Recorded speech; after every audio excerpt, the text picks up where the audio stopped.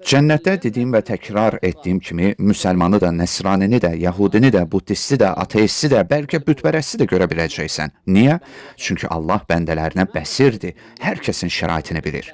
Allah bizi və sizi oddan qorusun. Əgər cəhənnəmə girsən, orada da müsəlman, yəhudi, xristiyan, ateist və bütpərəst tapa biləcəksən. Niyə? Çünki Allah səni riyaziyyat sualları kimi neçəsinə düz cavab verdin, neçəsinə səhv cavab verdin əsasında hesaba çəkməyəcək.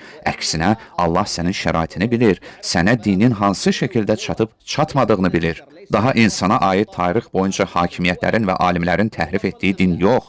O bilir ki, kimə nə çatıb, nə çatmayıb. Quranda məqsədlər var. Ola bilsin ki, şükür edəsiz. Ola bilsin ki, təqvalı olasınız. Ola bilsin və s. Bu qayələr bizə tanış deyil. Bizə məzhəbi təriflər tanışdır. Qurandakı tərifi isə tam fərqlidir.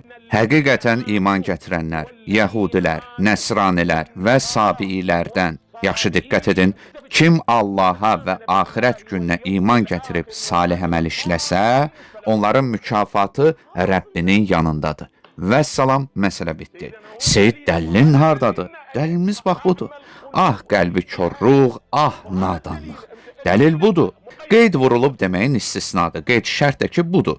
Kim Allaha və axirət gününə iman gətirib salih əməl işləsə, onların mükafatı Rəbbinin yanındadır. Onlar üçün heç bir qorxu yoxdur və onlar qəmgin də olmayacaqlar.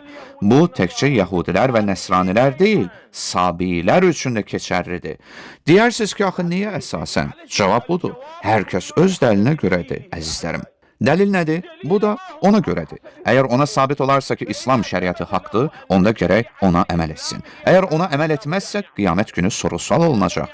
Əgər sabit olarsa ki, yəhudilik haqdır, onda nə etməlidir? Onunla əməl etməlidir. Əgər sabit olarsa ki, nəsranilik haqdır, onda onunla əməl etməlidir. Əgər onun əvəzinə başqası ilə əməl edərsə, qiyamət günü hesaba çəkiləcək.